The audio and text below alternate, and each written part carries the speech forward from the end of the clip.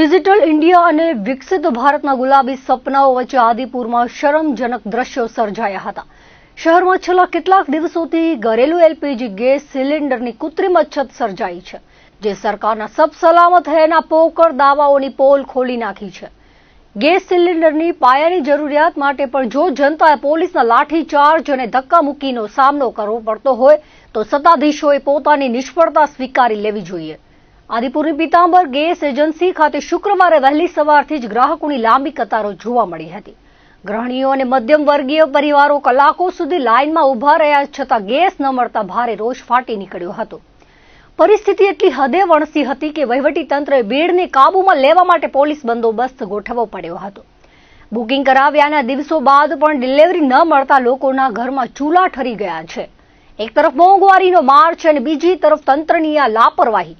સ્થાનિક નેતાઓ અને જવાબદાર પદાધિકારીઓ માત્ર એર કન્ડિશન ઓફિસોમાં બેસીને આંકડાઓની માયાજાળ રચી રહ્યા છે, જ્યારે વાસ્તવિકતામાં જનતા રસ્તા પર ધક્કા ખાઈ રહી છે।